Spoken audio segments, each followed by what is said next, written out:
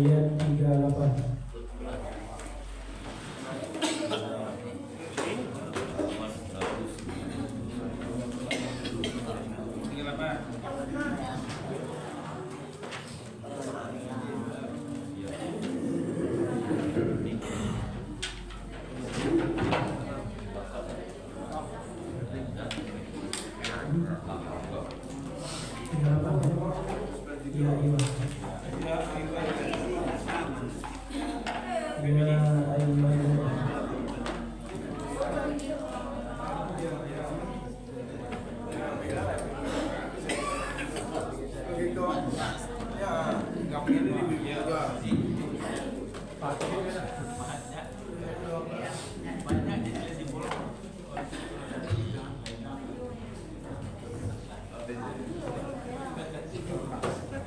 Ayat 38. Taqabbalallahu minna wa minkum taqabbal ya karim. A'udzu billahi minasy syaithanir rajim. Bismillahirrahmanirrahim. Ya ayyuhalladzina amanu ma lakum idza qila lakum infiru fi sabilillahi thaqaltum ilal ardh أرضيتم بالحياة الدنيا من الآخرة فما متاع الحياة الدنيا في الآخرة إلا قليل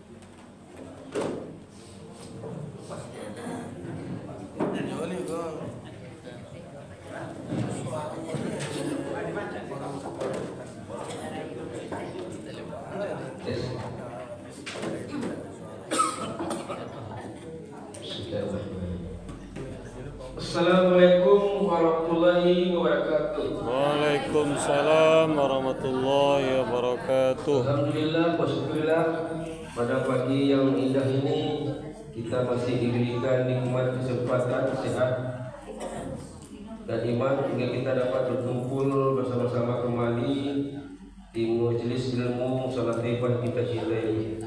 Salawat dan salam yang disampaikan kepada yang kita Nabi Muhammad sallallahu alaihi wasallam dengan antara kata Allahumma shalli ala Muhammad wa ala ali Muhammad. Bapak-bapak, Ibu, sidang subuh barakah yang dimuliakan Allah. Pagi ini kita akan mendapatkan materi yaitu tips sehat menuju haji bersama Dr. Haji Rahmat Taufik. Untuk itu kita langsung saja kepada beliau memberikan tips kesehatan untuk haji.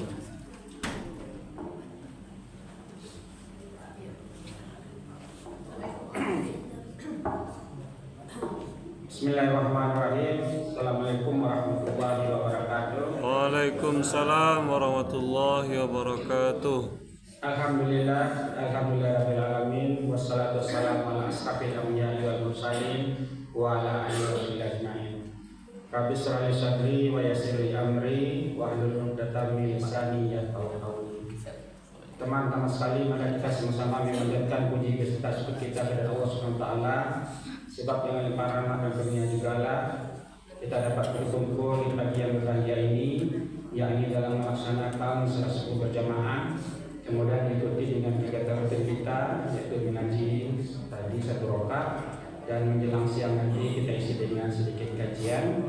Yang kebetulan pada pagi ini kami ditugaskan oleh Pak Humas kemarin, yaitu menampilkan satu topik, yaitu persiapan kesehatan jamaah haji. Walaupun kita yang hadir pada hari ini tidak semuanya dapat kesempatan haji pada tahun ini, semoga serapan ilmu ini berguna bagi kita, berguna bagi kita pribadi, atau berguna juga bagi saudara-saudara kita yang akan pada kampung ini, sehingga dapat kita sampaikan nanti setelah kita bertemu dengan saudara tersebut. Amin. Amin. Kemudian dengan salam dan upaya-upaya kita kirimkan buat junjungan kita, yakni Nabi besar Muhammad sallallahu alaihi wasallam. Yang kami hormati jamaah Mushola Taibah, yang kami hormati pengurus Mushola Taibah, pengurus Masjid Baitur Rahim, izinkan kami pada pagi ini menyampaikan topik dengan judul yaitu persiapan kesehatan jamaah haji. Semana kita ketahui dalam waktu dekat ini jamaah haji dari tanah kita akan berangkat, yang kabarnya insya Allah kloter pertama itu akan berangkat di awal bulan Mei, sekitar tanggal 1. Ini dapat oleh Bapak Ibu lihat di depan sebagai cover kanal kita, dan kita ambil dari buku yang mungkin sudah sebagian masyarakat kita memiliki buku tersebut, yaitu buku yang dikarang, yang dicetak oleh Ustaz kita almarhum Haji Amirwan. Mungkin bisa kita ucapkan ucapan Al-Fatihah kepada beliau. Semoga beliau lapang di kuburannya, dan apa-apa yang ditinggalkan beliau untuk kita bersama, terutama ilmu dan kegiatan-kegiatan rutin itu kita tinggalkan, dan ilmu yang ditinggalkan kepada kita dapat kita amalkan. Amin ya rabbal alamin. Selanjutnya ini yang apa kita pertama, yaitu ucapan labbaik Allah labbaik Allah syarika laka labbaik innal hamda wa ni'mata. Ini selalu kita ulang ya setiap subuh.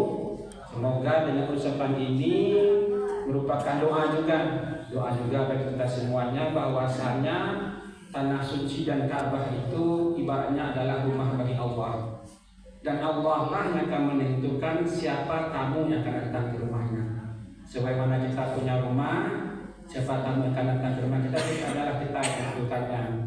Jangan kita pesimis Bapak Ibu, ketika usia kita sudah sedikit paripurna ini, kemudian sampai sekarang, kalau kita lihat secara logika kita tidak mungkin sampai ke sana, kita jangan optimis. Sebab itu adalah hanya Allah ketika Dia menentukan siapa tamu yang datang ke rumahnya. Dampak kita sehari-hari secara ekonomi dia jauh lebih kuat dari orang yang bisa berangkat, secara kemampuan fisik dia lebih kuat dari orang yang sudah berangkat, tapi sampai sekarang sudah dia juga berangkat. Bahkan sampai akhir hayatnya dia tidak berangkat. Itu adalah rahasianya, bahwasanya menentukan sana itu adalah Allah Subhanahu wa taala. Ada orang yang ekonominya mungkin secara ekonomi tidak, secara logika tidak bisa sampai ke sana, tapi ternyata sampai ke sana. Minimal kita kalau memang dari segi apa, semoga nanti kalau tidak haji mungkin umroh nanti yang bisa mendekatkan kita ke sana. Amin. Ya Rabbal Alamin. Jadi dalam apa kita pagi ini apa sih panjang Bapak Ibu, karena ini adalah hari libur, jadi mungkin agak panjang apa kita pada pagi ini. Jadi kita akan membahas tentang bagaimana persiapan haji kita, terutama dari segi masalah kesehatan. Jadi pada pagi ini topik kita akan bagi secara 4 kelompok besar. Bagaimana kondisi jamaah kita sebelum berangkat, kemudian bagaimana dalam perjalanan, kemudian juga bagaimana teknis tanah suci, dan terakhir nanti kami akan berceritakan sedikit pengalaman kami menjadi TKHI. Jadi kami ini pada waktu yang sudah cukup lama Bapak Ibu, yaitu pada tahun 2008 ketika masih bertugas di Puskesmas, alhamdulillah menjadi TKHI atau Tenaga Kesehatan Haji Indonesia. Nah, ini Bapak Ibu persiapan kita sebelum berangkat untuk kali yang prinsip harus kita pedomani atau kita tanamkan di dalam pikiran kita, bahwasanya adalah ibadah haji itu adalah ibadah fisik. Kalau seandainya ibadah fisik, tentu yang pertama sekali ada fisik kita harus kita siapkan. Dan bahkan kalau kita lihat nanti Bapak Ibu untuk apa saja, untuk melakukan ibadah yang wajibnya saja, misalnya tawaf. Kalau seandainya tawaf itu kita lakukan di dalam Masjidil Haram bukan di luarnya, kalau diakumulasikan kilometernya itu bisa mencapai lebih kurang 2-3 km. Semakin jauh jarak kita dari Ka'bah, maka akan semakin besarlah kilometer yang akan harus kita jalani. Itu satu baru dari tawaf. Kemudian sa'i kita lakukan dengan pulang balik lebih kurang 7 kali. Itu kalau seandainya dihitung berapa kilometernya, itu lebih kurang 3-3,5 kilometer. Dan kalau itu kita gabungkan cuma dengan sa'i dan tawaf saja, itu sudah lebih dari 5 km yang harus kita jalani. Jadi dengan kondisi kita yang di tanah air ini kemana saja, dekat saja sudah pakai kendaraan, pakai motor, pakai sepeda, maka sebelum kita berangkat itu mulailah latihan minimal latihan jalan, sehingga nanti badan kita menyesuaikan. Itu dari segi jarak kita. Kemudian dari segi kondisi cuacanya. Kalau di tanah air kita di Indonesia, di Padang, kita berjalan dengan kondisi yang sangat sejuk, kemudian dengan cuaca yang tidak panas, sedangkan di tanah suci itu. Dan untuk tahun ini apa kabarnya Bapak Ibu, kondisi haji kita itu jatuh pada kondisi cuaca cukup ekstrim atau dalam keadaan panas. Jadi dengan dua kondisi ini kita harus bisa lebih menyiapkan kondisi kita. Yang pertama, jadi ketika kita sudah dapat giliran berangkat, artinya tahun ini sudah keluar jatah kita, ini yang di bawah ini adalah kondisi-kondisi yang harus kita siapkan. Yang pertama itu adalah jaga kondisi badan, jaga kondisi fisik. Bagaimana cara menjaga kondisi badan itu? Tentu yang pertama itu kita harus istirahat cukup di daerah di sebelumnya. Jadi kita lakukan istirahat kita cukup. Kemudian juga kita melakukan olahraga teratur. Olahraga teratur ini adalah untuk merangsang atau untuk mengadaptasi tubuh kita bagaimana kondisi kita di tanah suci nantinya. Kalau seandainya kita sedikit bermalas-malasan di sini, kondisi aspek fisik kita kurang di sini, lebih banyak tidur di sini, sudah makan kita langsung tidur, maka mulailah kurangi kegiatan tersebut. Kita harus mulai beraktivitas rutin sehingga nanti tubuh kita akan beradaptasi dengan kondisi di sana nantinya. Kemudian juga tentu kita konsumsi makanan kita, kondisi makanan yang ke arah sehat, sehingga nanti kondisi tubuh kita itu nanti bisa optimal nanti di tanah suci. Itu ya Bapak Ibu ya. Berikutnya ini kepada kita yang mempunyai kondisi-kondisi kesehatan tertentu atau kondisi-kondisi penyakit tertentu. Misalnya kita sudah didiagnosis menderita penyakit diabetes atau gula darah misalnya, atau kita sudah menderita penyakit darah tinggi misalnya, atau kita sudah menyakit asam urat misalnya, yang mengharuskan kita harus mengkonsumsi obat-obat rutin. Kalau untuk orang seperti ini lebih khusus lagi, berkonsultasilah ke dokter yang selama ini Bapak Ibu berkonsultasi. Berkonsultasilah, kemudian sampaikanlah bahwasanya kita akan berangkat ke tanah suci. Jadi nanti kondisi kesehatan ini mungkin kita diberi obat khusus, obat-obat tertentu yang bisa dipakai selama kita di tanah suci. Misalnya di tanah suci itu kan kita membutuhkan waktu lebih kurang 1 bulan atau lebih, 40 hari. Maka mintalah, bekalilah diri kita dengan obat-obat yang sesuai dengan penyakit kita, dan juga kita harus tahu bagaimana cara meminumnya. Misalnya dengan kondisi tekanan darah segini, atau dengan kondisi tekanan darah setinggi ini, segini juga dosis. Jadi kita harus bisa mengetahui bagaimana cara memakai obat di situ. Sebab kalau untuk berkonsultasi dengan beliau kan tidak bisa lagi. Jadi bekali diri kita dengan obat-obat dengan penyakit kita tertentu, kemudian juga bagaimana cara kita mengkonsumsinya dan kapan mengkonsumsinya nanti di tanah suci.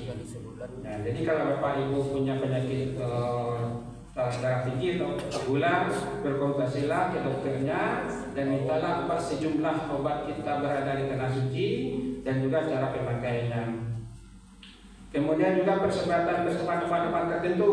Persiapan obat-obat tertentu ini adalah persiapan obat emergensi. Obat emergensi yang bisa kita beli saja di apotek. Misalnya bekali dari kita dengan obat demam sekian buah, bekali dari kita dengan obat mual sekian buah, obatilah kita dengan obat batuk sekian buah yang nantinya dapat kita pergunakan ketika kita berada di tanah suci nanti. Jadi ada 2 persiapan kita kalau dari segi obat. Satu obat khusus sesuai dengan penyakit yang kita derita. Kemudian obat emergensi yang akan obat ringan akan kemungkinan terjadi di tanah suci nanti. Itu dimasukkan ke dalam tas kita pribadi. Kemudian sebelum kita berangkat, kita harus melakukan komunikasi dan adaptasi dengan teman satu keluarga dan petugasnya. Jadi Bapak Ibu yang akan berangkat, kita kan nanti di tanah suci itu ada tingkatannya. Yang pertama itu yang paling besar itu adalah rombongan atau kloter. Rombongan atau kloter itu berjumlah itu penuh satu pesawat itu. Penuh satu pesawat bisa berjumlah 300 atau 400 orang. 400 orang itu penuh. Kemudian ada petugasnya, kalau yang dulu atau terakhir itu ada 5 petugas di situ. Ada 5 petugas, tapi kabarnya karena ada efisiensi juga ada program petugas untuk tahun ini. Apa yang 5 petugas untuk yang satu rombongan atau satu keluarga tadi itu? Yang pertama itu adalah ketua rombongan. Ketua rombongan ini biasanya diambil dari kantor depak biasanya.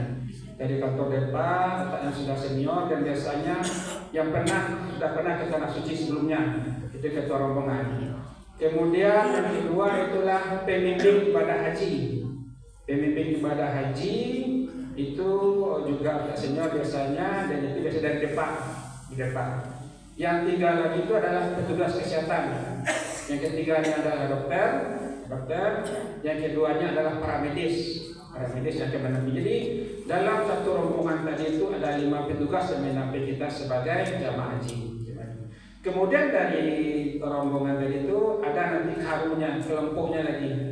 Kelompok kecil-kecilnya biasanya terdiri dari 11 atau 10 orang, dan diambil di situ sebagai ketuanya satu biasanya yang laki-laki dan lebih muda dan lebih berdasar. Misalnya kalau rombongannya itu misalnya Pak Af nih sebagai salah satu biasa seperti Pak Af lah yang ditunjuk sebagai ketua kelompoknya. Jadi ketua regu atau ketua lingkungan. Jadi itulah pembagian kita nanti di tanah suci Bapak Ibu. Jadi sebelum kita berangkat ke tanah suci, sebaiknya kita sudah mengenal siapa anggota kelompok kita sudah beradaptasi, kita sudah berkenalan, dan lebih utama lagi kita tahu siapa ketua kelompok kita. Sebab permasalahan kecil di kita itu nanti kita berkomunikasi dengan ketua kelompok kita. Dan kalau seandainya tidak putus permasalahan itu sama kita kelompok kita, maka baru nanti naik ke ketua rombongan. Nah, jadi sebelum berangkat usahakanlah kita sudah bertemu dengan teman-teman kita di sana.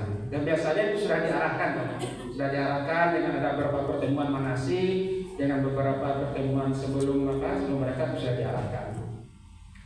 Kemudian satu lagi Bapak Ibu, ini utama sekali yang harus kita lakukan adalah mulailah latihan jalan kaki lebih kurang 3 bulan sebelum berangkat.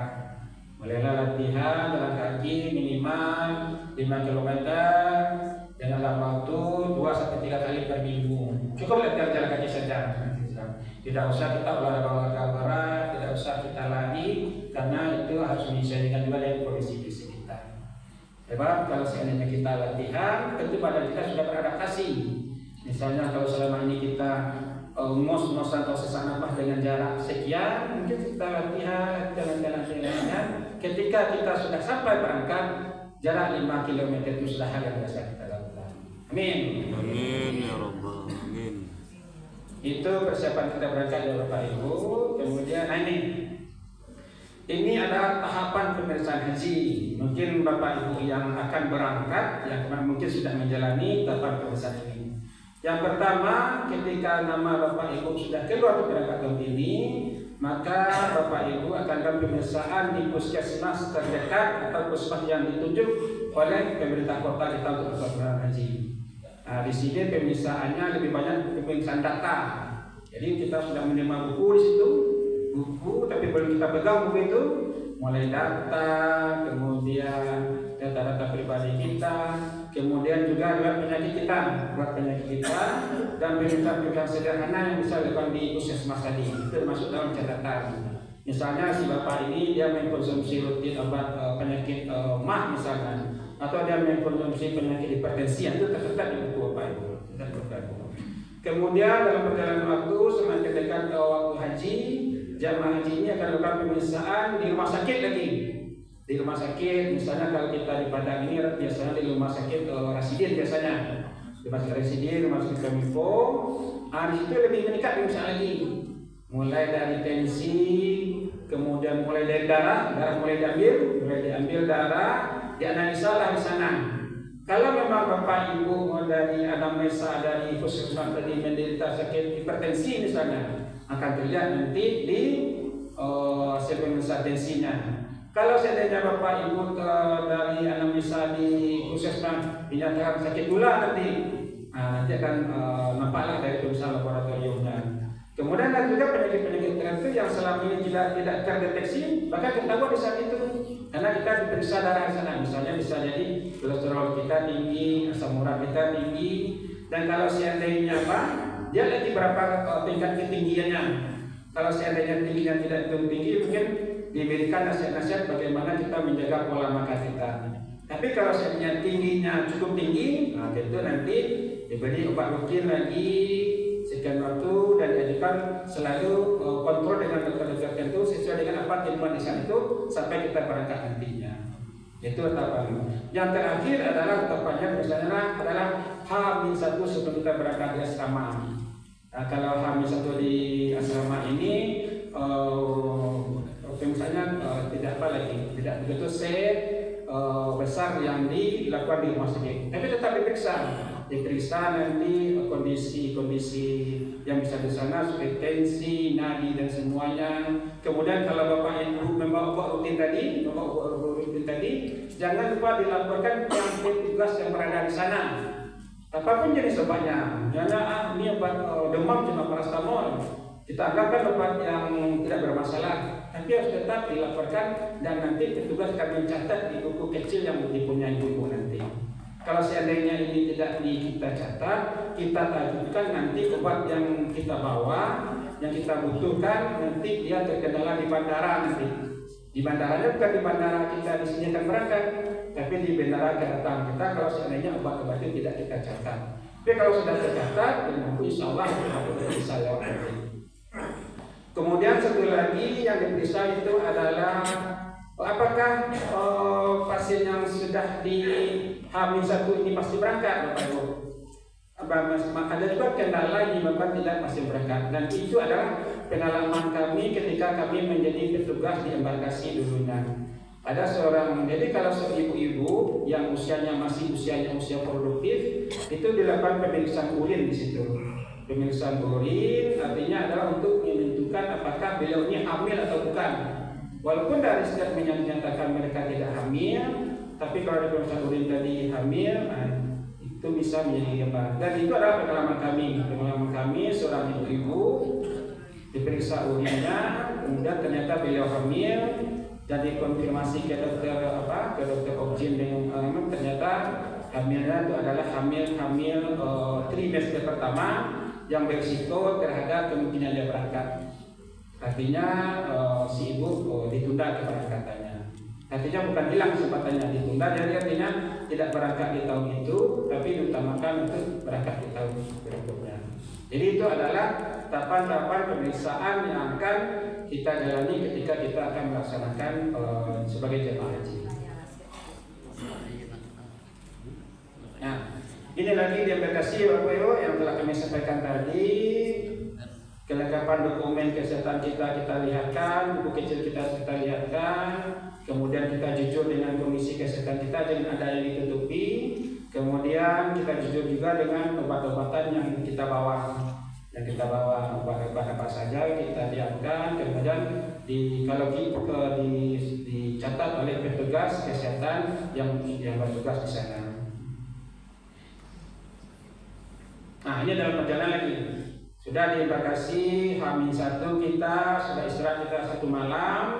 Kemudian insya Allah kita berangkat ke bandara dan kita melanjutkan perjalanan ke tanah suci lagi. Dan alhamdulillah kota Padang ini atau bandara kita sudah masuk bandara embarkasi. Artinya dari bandara kita sudah langsung ke Jeddah lagi. Kalau zaman dulu kan kita embarkasi, kita ada yang ke Medan terlebih dahulu, kita ada yang ke Batam terlebih dahulu, baru kita ke tanah suci. Kalau sekarang karena sudah termasuk embarkasi, kita sudah bisa langsung ke Jeddah. Dan yang embarkasi di Padang ini tidak saja jamaah Sumatera Barat saja. Sebagian dari Riau yang dekat ke sini seperti Bangina, atau sebagian dari Bengkulu yang dekat kita, atau sebagian dari Jambi itu termasuk embarkasinya di Padang ini. Nah, nanti berangkat. Ini yang pertama Bapak, dalam perjalanan kesehatan selama perjalanan termasuk diberikan oleh dokter pada ini. Jadi ketika kita sudah di embarkasi, kita sudah kita itu sudah masuk dalam kelompok normal tadi. Jadi kesehatan kita itu adalah tanggung jawab dari petugas yang 3 tadi. Ada dokter di situ dan ada 2 perawat. Jadi di bandara, di atas pesawat, kalau kita ada sedikit gejala arah kesehatan jangan ditutupi. Misalnya kita sudah baru perjalanan, ada rasa mual, kemudian ada rasa pusing, ada rasa mau muntah, jangan baru ada gejala-gejala seperti itu dari awal sudah bisa dikasih tahu. Misalnya kita tahu ke teman terdekat kita, kemudian teman terdekat tadi memberitahu ke ketua ibu kita, kemudian ibu kita kami memberitahu ke dokter terdekat yang berada di pesawat. Sebab kenapa?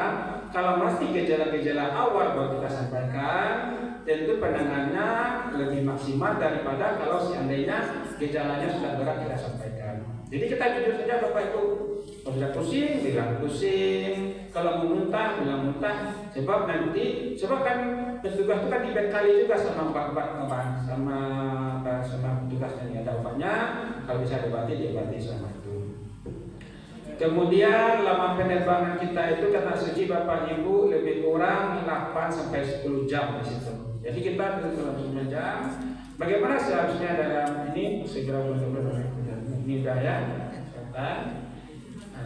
Bagaimana selama kita 8-10 jam di pesawat itu? Yang pertama adalah karena kita tidak biasa menggunakan toilet di pesawat, jangan kita buang kecilnya, karena itu akan membahayakan ke diri kita.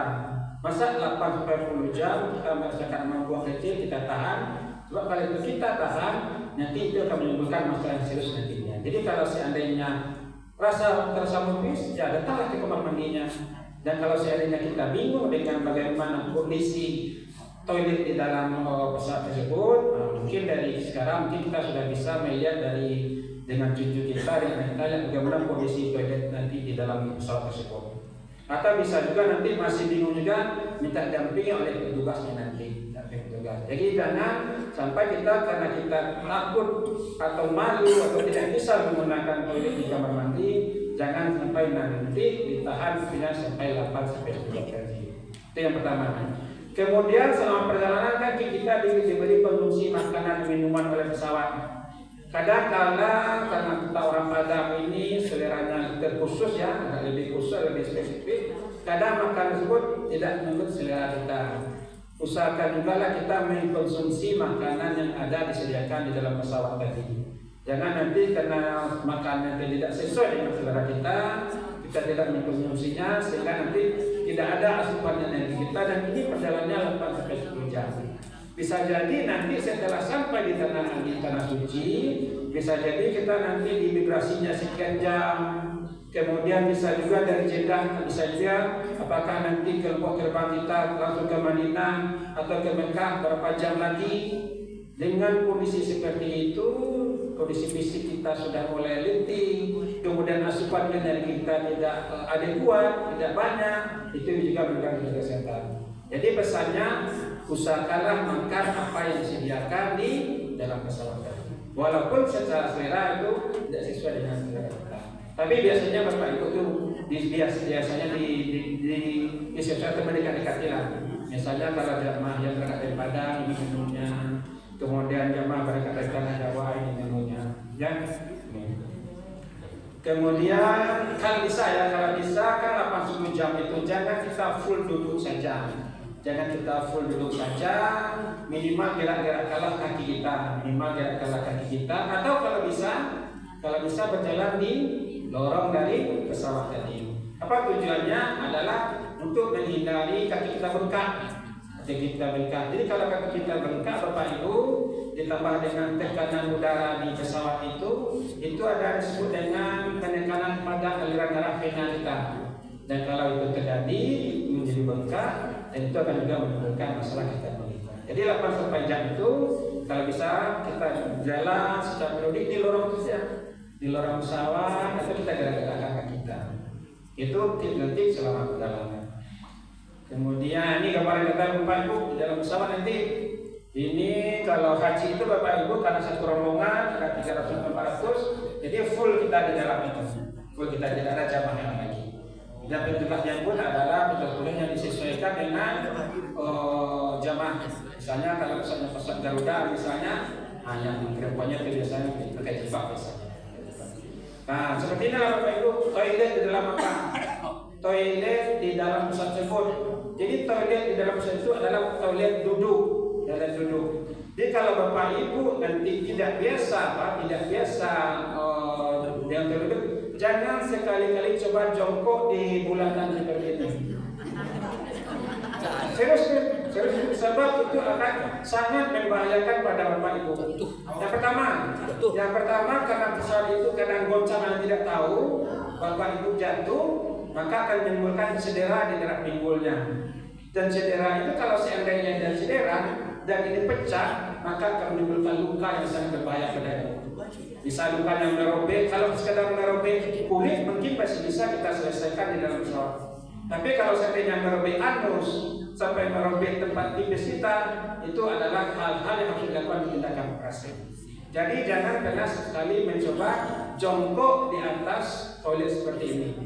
Itu pertama. Dan kalau seandainya Bapak Ibu rasanya tidak familiar atau merasa agak sedikit jijik dengan kondisi seperti ini, ambillah tisu yang tergantung di sana. Kalau perlu kita siram siram dengan airnya, kita gosok dengan tisu tadi, kita bersihkan, baru kita duduk di sana. Jadi pesan kami Bapak Ibu yang kebetulan berangkat jamaah begini atau nanti berangkat naik pesawat apapun pesawatnya, jangan coba-coba duduk di atas sana. Jangan coba-coba jongkok di atas sana ya. Walaupun dia di hotel, di tempat umum, kalau seandainya betul tempat jongkok, jangan pernah coba-coba. Sebab kalau kita jongkok, kestabilan ini akan berkurang. Kestabilan ini akan berkurang, pecah, dan pecah itu akan menancap ke dalam apa yang ditancapnya nanti. Kalau kulit yang ditancapnya mungkin tidak begitu bermasalah. Tapi kalau yang ditancapnya anus kita, yang ditancapnya adalah tempat buang air tipis kita, itu akan menimbulkan masalah dan pengobatan bisa bertahun-tahun lagi. Ya, jadi itu pesan kami ya Bapak Ibu ya. Kemudian, ini makanannya seperti biasanya.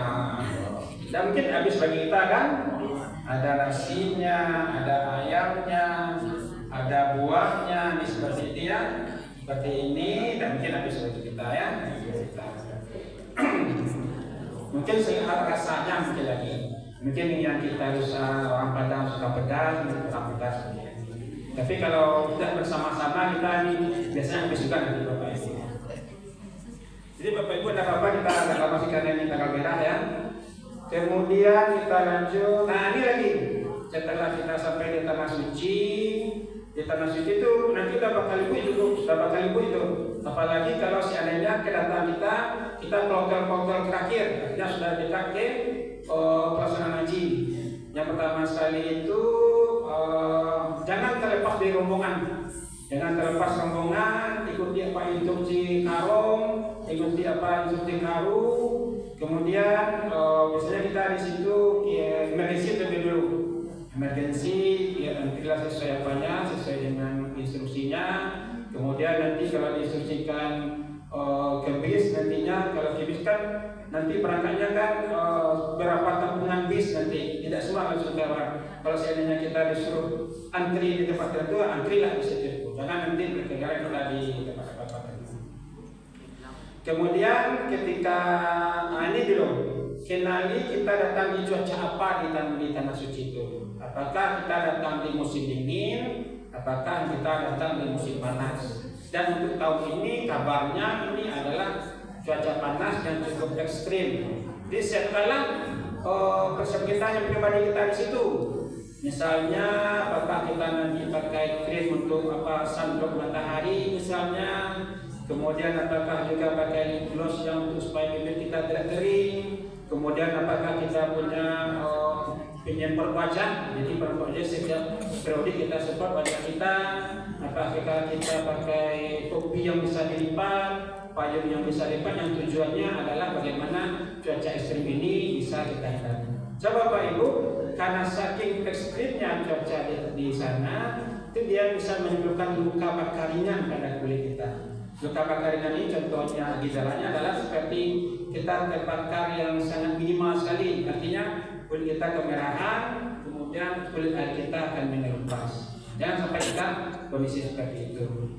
Kemudian ini untuk gambaran pola rekam jamaah haji kita itu ada dua, Bapak Ibu, ada dua. Ada disebut dengan gelombang 1 dan ada disebut dengan gelombang kedua.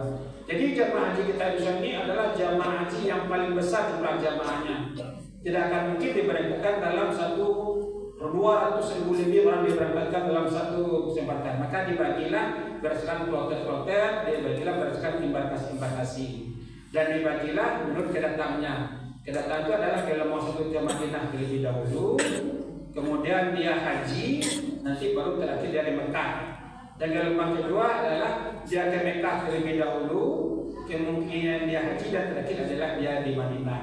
Jadi kalau berangkat di bulan Mei ini di kloter pertama itu dia ke Madinah dulu. Ke Madinah, di Madinah itu lebih kurang 9 hari. 9 itu adalah untuk melaksanakan ibadah dengan arba'in. Arba'in itu adalah melaksanakan salat jamaah di Bapak Ibu, jamaah di Masjid Nabawi selama 40 waktu salat. 40 waktu salat berapa hari? Ya 40 waktu salat ya. 40 salat dibagi 5 berapa hari? 8 hari. Nah, 8 hari. Jadi 8-9 hari kita di sana, baru nanti kita bertolak ke Mekah. Bertolak ke Mekah, baru nanti kita melaksanakan ibadah haji yang sebenarnya. ibadah haji yang sesungguhnya. Kemudian kalau seandainya waktu kita keberangkatan, waktu kita hajinya kurang dari 8 hari, maka itu disebut gelombang kedua. Gelombang kedua ke Mekah terlebih dahulu. Ke Mekah terlebih dahulu, kita haji, baru lagi kita nanti ke Madinah. Itu gambaran keberangkatan jamaah kita Indonesia ini. Kemudian, nah ini gambarannya Bapak Ibu. Tidak rindu Bapak Ibu di sini nih. Itu kan, nah, maka semoga kita berdoa dapat kita ke sana minimal dalam hidup, walaupun tidak berbentuk haji, minimal dalam berbentuk umroh. Ini haji umroh Mekah ke Mukarramah, ini Madinah, masjidnya Nabi, Bismillah Nabi disemayamkan dan ada rodah yang sangat kita rindu kita ke sana. Nah, ini setelah ibadah. Ini yang kebiasaan kita nih. Setelah kita di Arab Saudi, jangan paksakan beribadah. Apa yang kita kita? Sebagian jamaah kita karena euforia karena ingin beribadah, baru datang pada puncak haji masih lama, dipaksakanlah haji dipaksa ibadah tanpa mengurangi tempat istirahat. Dipaksakanlah umroh sunat sebentar. Yang akhirnya nanti kalau seandainya ini dalam terpaksa tubuh kita itu ada kondisi maksimalnya. Jangan sampai nanti ibadah-ibadah yang kita paksa karena euforia tadi, justru pada waktu puncak haji, di mana kita harus ke wukuf ke Arafah, di mana kita berminat di Mina di dalam keadaan sakit. Jadi pandai-pandailah menjaga kondisi kesehatan kita sehingga nanti kita di jamaah di haji yang sesungguhnya kondisi kita menjadi fit. Banyak juga jamaah seperti ini Bu, karena tiba sampai di tanah air, tiba di tanah Arab Saudi, ada euforia, pengen ini, pengen itu, tidak pulang-pulang ke penginapan, di masjid saja selalu, kurang istirahat, kurang makan, sehingga pada waktu haji dia menjadi keadaan di tempat. Dan itu jangan sampai terjadi pada diri kita. Kalaupun mau beribadah, beribadahlah yang sebisanya, istirahat secukupnya, makan secukupnya, sehingga pada waktu kita haji kita berhubung dalam keadaan kondisi fisik yang optimal. Amin. Amin. Kemudian selalu konsumsi makanan, jangan lupa, dan juga banyak minum ya. Minumnya itu kalau bisa minum air putih, tidak dingin dan tidak panas. Ya, orang kadang itu kenapa cepat datangnya batuk, kenapa cepatnya gangguan tinggal ke tenggorokan, karena cenderung minum air dingin di sana. Air dingin ini Bapak Ibu ketika kita minum dalam keadaan kita panas memang nikmat sekali, tapi kita efek sesudah hilang timbullah adanya peradangan pada tenggorokan kita. Kemudian ini lagi ketika kita minum obat tertentu, misalnya kita minum obat hipertensi, misalnya kita minum asam urat, kemudian obat yang lain-lain yang sesuai dengan kondisi penyakit kita, jangan lupa itu diminum nanti di tanah suci. Nah, ini Bu, di mana kita nih Bu? Gambarnya? Sa'i ya. Sa'i kalau seandainya di total jumlah kilometernya itu adalah lebih kurang 3 sampai 4 kilometer. Nah, ini di mana kita nih Bapak Ibu? Ya, wah, di sinilah puncak haji kita Bapak Ibu. Puncak haji kita yang lagi-lagi pakai ihram, kemudian kita dalam tenda-tenda saja Bapak Ibu. Dalam tenda saja. Nah, di sinilah seharusnya kondisi kesehatan kita optimal. Jika kondisi kita optimal, konsekuensinya tentu kondisi ibadah kita juga optimal. Ini mana lagi Bapak Ibu? Melontar umrah. Jadi setelah kita diwukuf di Arafah, bermalam Muzdalifah, kita berangkat umrah. Dan biasanya melontar umrah ini ada waktu-waktunya. Misalnya untuk jamaah haji Indonesia jam segini, jamaah haji negara lain ada kita tahu. Jadi konsekuensi yang kami sampaikan adalah patuhilah jam yang dianjurkan oleh pemerintah kita. Jangan nanti kita karena ingin ada atau ada waktu tertentu yang katanya lebih afdol, kemudian jamaah hajinya bukan di waktu, jangan ikuti. Sebab itu nanti akan membahayakan kita. Kita akan nanti bertemu dengan jamaah-jamaah dari luar yang fisiknya jauh lebih besar dari kita. Kita berdesakan di sana, nanti akan menyebabkan menimbulkan kondisi-kondisi yang membahayakan kita. Jadi ikutilah jam berapa yang disampaikan oleh kadu atau karam kita. Tapi alhamdulillah Bapak Ibu, kondisi seperti ini kalau yang masuk dan keluar itu sudah tidak satu, apalagi tidak akan bertemu kita di situ. Kemudian tingkatannya ada tingkat 1, 2, 3. Jadi kemungkinan yang terjadi seperti peristiwa Mina tahun 90 dulu, insya Allah tidak akan terjadi lagi. Kalau 90 dulu kan dia satu terowongan dan di situ keluar masuknya. Jadi karena ketidakpatuhan kita yang masuk, yang dari posisi masuk, yang sudah selesai bertemulah di dalam sehingga telah membuat kerugian.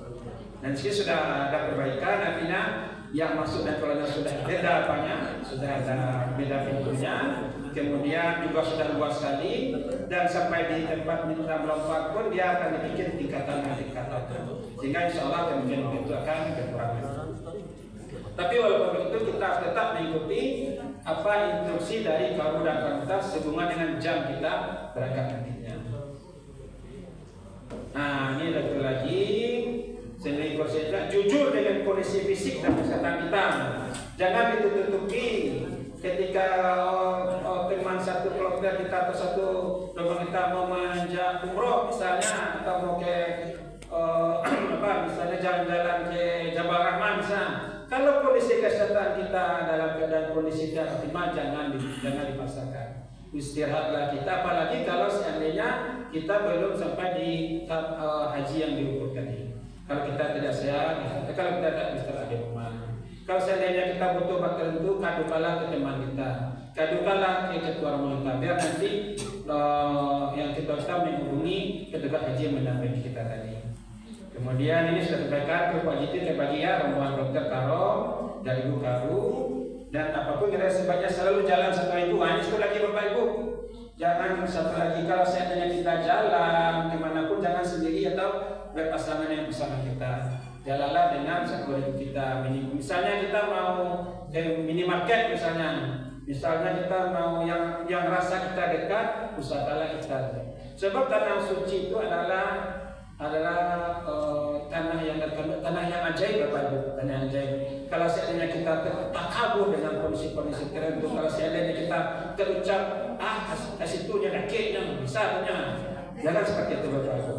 Akan nanti kita yang katanya kita akan dekat kita akan berputar-putar tidak jelas dan bisa berhari-hari tidak pulang dan pulang ke penginapan kita. Nah inilah kadang yang ditemui oleh petugas-petugas, jamaah kita linglung, jamaah kita bingung, padahal tujuannya dekat sebenarnya, pulangnya dekat, tapi karena rasa kesombongan dia tadi itu, dia tidak menemui jalan dia pulangnya. Jadi kalau bisa hilanglah rasa takabur, rasa sombong tadi. Nah kalau bisa kita berjalan itu jangan sendiri-sendiri, minimal 10.000 yang berjumlah kelompok kecilnya tadi. Nah ini satu lagi, jangan telat mengambil jatah makan karena ada jam-jamnya. Nah, ini terutama adalah tanggung jawab ketua ribu nih, ketua ribu. Kalau zaman kami TKI dulu, yang dijatah makan itu cuma di Madinah. Tapi dan di Makkah kita tuh masak sendiri. Tapi terakhir kalau tidak salah sejak tahun 2000 berapa tuh makanan kita sudah dijatah, baik itu di Madinah maupun di Makkah, sehingga kita fokus untuk ibadah. Tapi kan dia ada jam-jam tertentu Jadi kita harus ingat jamnya. Atau kalaupun nanti ketua ribu kita berangkat umroh misalnya, kita wakilkan untuk mengambil jatah makan nanti. Jadi kalau satu kita ribu itu anggaplah satu kita keluarga Bapak Ibu, kita menyelamatkan teman-teman kita semuanya. Apalagi kalau seandainya dalam satu ribu kita itu ada jamaah-jamaah yang sudah sedikit lansia dan ada tanpa pendampingnya. Kemudian saya berkomunikasi dengan petugas haji kloter. Apa masalah ibadah kita berkomunikasi dengan ketua rombongan dan ketua hajinya. Kalau masalah kesehatan kita berkomunikasi dengan petugas hajinya. Nah jadi petugas haji itu ada dua Bapak Ibu, ada yang disebut dengan kloter, ada yang non kloter. Kalau kloter ini adalah yang kami sebutkan tadi, dia akan menampingi kemanapun pergi kloternya. Apakah kloternya ke Mekah, ada ke Mekah. Apakah kloternya ke Mina, dia ke Mina. Itu ada 5 yang kami sebutkan tadi. Kepala dan 2 paramedis. Tapi kami dengar yang untuk tahun ini ada pengurangan dari petugas, tapi kita tahu yang mana dikurangi. Kemudian yang kedua adalah non-kloter. Kalau non-kloter ini ada lebih dominan diisi oleh orang-orang kesehatan. Kalau non-kloter ini disebut dengan PPIH, dia berangkat minimal 1 minggu sebelum kloter pertama berangkat. Jadi kalau seandainya kloter pertama berangkat tanggal 1 Mei, seminggu sebelum dia sudah berangkat tuh. Sudah berangkat di sana dan disebar di 3 kota, yaitu di Jeddah, di Madinah, dan di Makkah. Di situ mereka nanti akan menyewa gedung-gedung tertentu atau biasanya sudah kontrak dengan pemerintah kita, maka akan dibentuklah seperti klinik-klinik di situ. Bisa supaya mereka di sana gedung kosong yang gede disulapnya menjadi klinik-klinik yang nantinya akan menjadi tempat perawatan transit bagi jamaah kita. Jadi kalau petugas yang non-kloter ini bisa di situ ada dokter, kalau dokternya diutamakan spesialis, kemudian juga perawat, tenaga farmasinya, bahkan supir ambulannya juga itu termasuk dari tenaga kloter tadi. Dan mereka pulangnya nanti paling cepat seminggu sesudah kloter terakhir pulang. Jadi mereka lebih lama di situ dan mereka ditempatkan di Jeddah, di Madinah dan di Makkah. Ini sudah kami sampaikan ya, mengenai manajemen terkait di Sudin TKI. Kemudian dokter ini dia menetap di klinik-klinik yang di mana mereka ditempatkan tadi. Bagaimana kalau seandainya jamaah haji mengalami kesehatan? Ada sedikit kesehatan. Pertama tentu ditangani oleh petugas kloter terlebih dahulu. Bapak Ibu demam, obat demamnya tidak ada, dia dikasih oleh petugas. Jadi petugas kloter itu Bapak Ibu tugasnya adalah menjaga kesehatan jamaahnya. Kemudian juga setiap pagi dia itu menghitung jumlah obat yang ada di dia kan sudah disediakan obat tuh, disediakan obat emergensi, alat-alat tertentu. Setiap pagi dicatatnya tuh mana yang kurang dijemputnya ke klinik tadi. Jadi kalau Bapak Ibu mendapat kesehatan di oleh TKI, dan kalau seandainya tidak bisa lagi tangani perlu perawatan tertentu, maka Bapak Ibu dirawat di klinik yang masih orang kita punya yang petugas kloter tadi. Artinya di klinik-klinik yang diciptakan itu. Dan kalau seandainya tidak bisa ditangani lagi, maka dirujuklah lagi ke rumah sakit pemerintah Arab Saudi sana. Jadi disitulah urutan nanti kalau seandainya kesehatan ibu bermasalah. Dan kalau seandainya kesehatannya telah sembuh misalnya nanti di rumah sakit tadi, maka dikembalikan ke kliniknya, dan kalau sebelum dikembalikan ke dokternya dan bisa melanjutkan perjalanan hajinya. Kita harapkan ini tidak kita alami nanti selama kita menjalani ibadah haji. Nah, ini Bapak Ibu sebagai ilustrasinya. Ini di mana Bapak Ibu?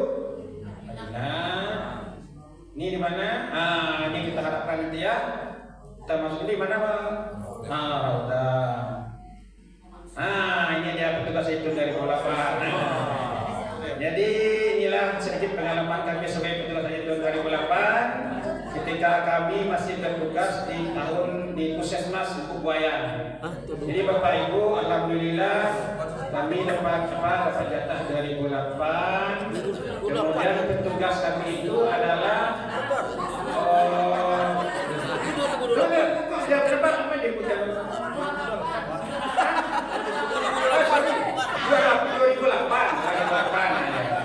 ini karena menciptakan rupanya tadi subuh jam 3 tadi.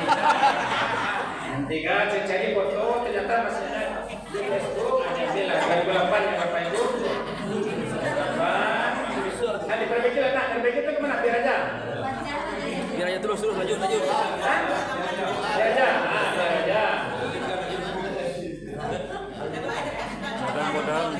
Jadi Bapak Ibu, karena kita ini adalah mendampingi kemana kloter kita berangkat, jadi kadang kloter kita ini bertaziah ke Jabal Rahmah. Jabal Rahmah, Jamal Naik Unta kita pergi juga.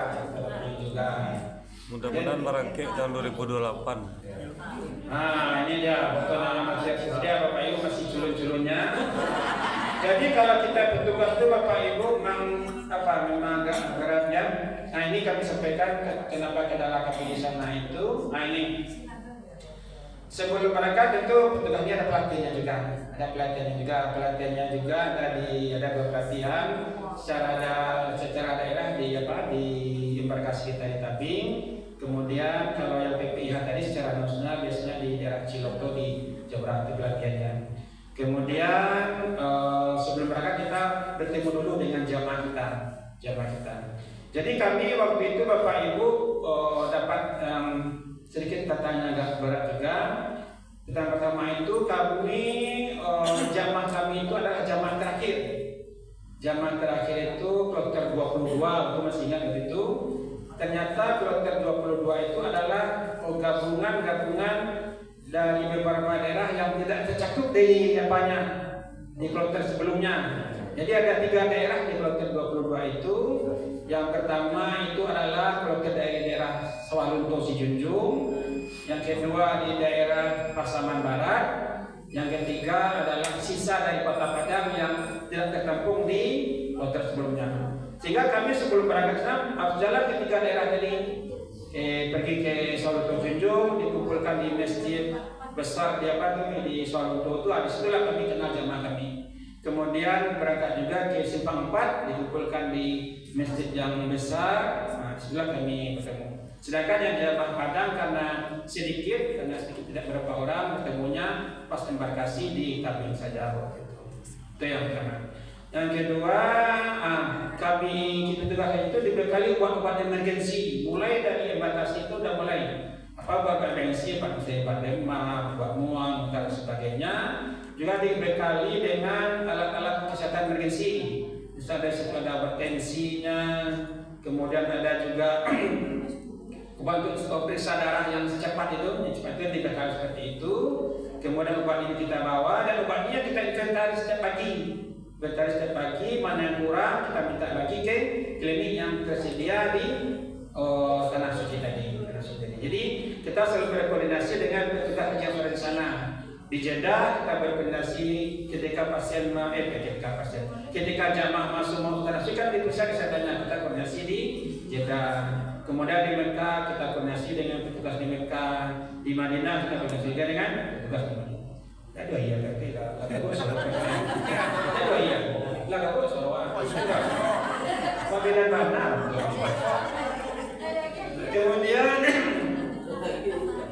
kemudian di Tanah Suci itu dia lagi kan jamaah kita ini kelemahannya adalah banyaknya rezeki Bapak Ibu, adalah resiko tinggi. Itu jamaah tantangannya. Kemudian ini khusus tantangan kami lagi. Tantangan pengalaman kami di Tanah Suci adalah tadi sudah sampaikan bahwa itu adalah jamaah terakhir, jamaah yang gabungan, sehingga itu tingkat perkenalan kita dengan orang itu tidak maksimal. Tingkat perkenalan kita itu cuma bisa kita akan berangkat saja. Kemudian yang kedua adalah kami itu adalah gelombang terakhir. Jadi gelombang pertama dan kedua itu ada plus minusnya Bapak Ibu. Kalau kita gelombang pertama kita sampai itu masih santai, orang belum begitu ramai. Kemudian tapi kelemahannya itu yang kami bilang tadi, karena masih jauhnya antara tingkat kedatangan kita dengan puncak haji, kadang kita tidak optimal menjaga kesehatan kita. Itu kelemahan kita kalau di gelombang pertama. Tapi kami sampainya adalah gelombang terakhir, artinya seminggu lagi puncak haji akan datang. Kelemahannya adalah kita langsung ke Mekah. Suasana sudah kondit sekali, sudah ramai sekali pas kami sampai itu. Sudah sampai sekali. Jadi kita itu sudah langsung dihadapkan dengan suasana ramai sekali. Yang kadang itu adaptasi kita itu tidak maksimal lagi karena seminggu lagi akan mendekati puncak haji. Itu adalah plus minusnya. Tapi itu masalah gelombang ini kan itu adalah qadarullah atau di luar kuasa kita. Kemudian ini yang waktu itu karena masih tahun 2008 di Mekah itu kita masakannya masih masak gitu ya. Masih masak. Kemudian untung saja salah satu petugas kami itu adalah perawat perempuan. Labuan. Ini beliau yang kadomir atau tadi kesakitan. Kemudian ini satu lagi yang betul-betul yang menjadi tantangan kami di sana yang menjadi tentang adalah pemukiman jamaah kami itu 2 tempat. Biasanya kan jamaah idealnya satu tempat. Ini 2 tempat dan jarak antara 2 tempat itu cukup berjauhan. Jadi kemana lagi mungkin karena kita kloter terakhir itulah yang sudah nampak di situ. Kita bicara-bicara dengan petugas-petugas lain, mereka ada yang satu tempat sehingga mudah mengelola pasiennya. Kalaupun ada yang ada 2 tempat yang mungkin punya pendampingan, tapi kita 2 tempat dengan jarak yang cukup jauh. Mungkin juga tantangan atau mungkin kadarullah yang harus kami ikuti pada saat itu.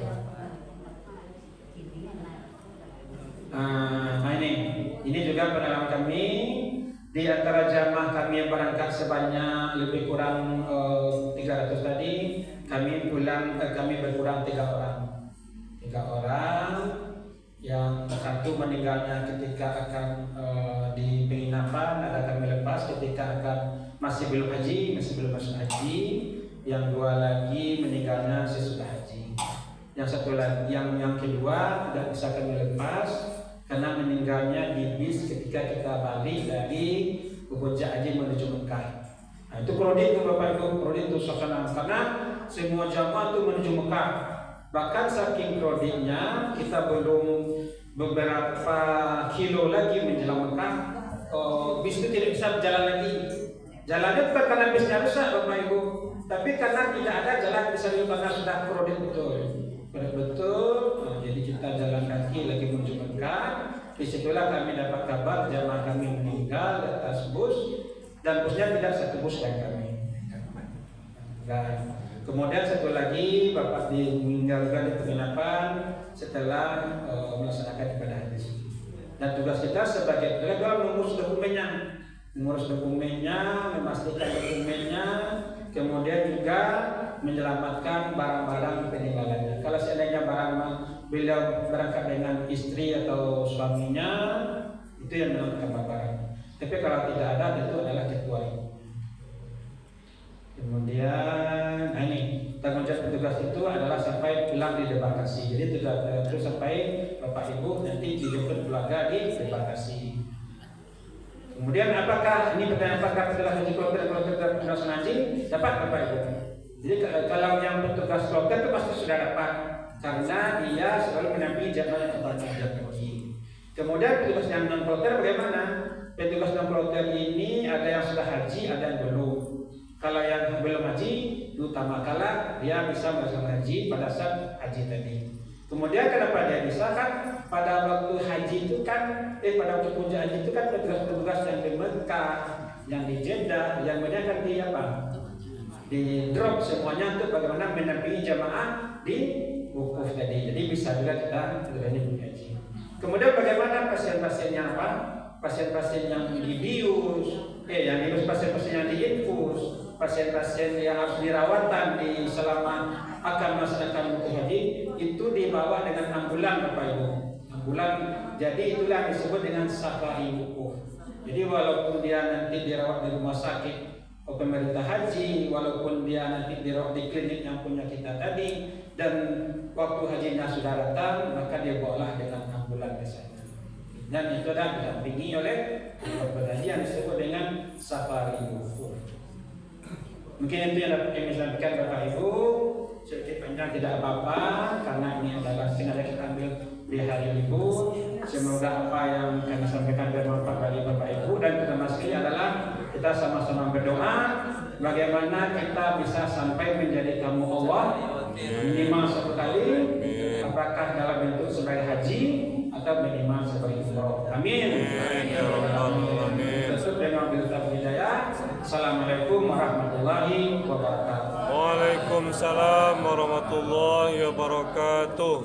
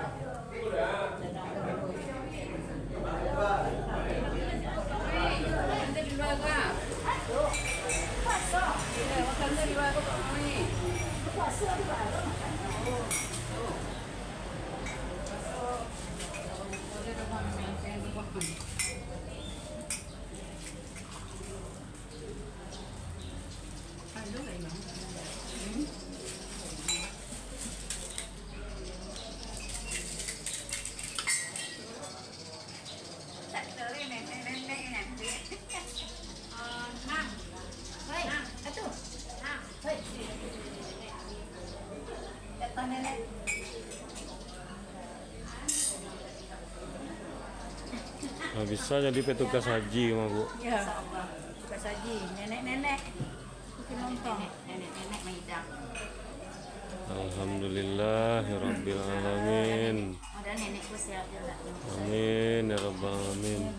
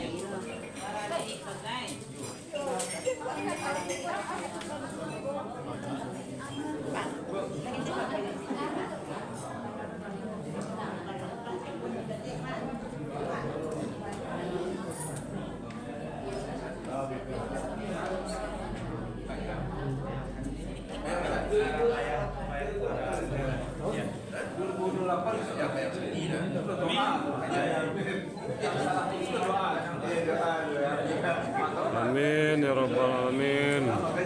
Assalamualaikum warahmatullahi wabarakatuh.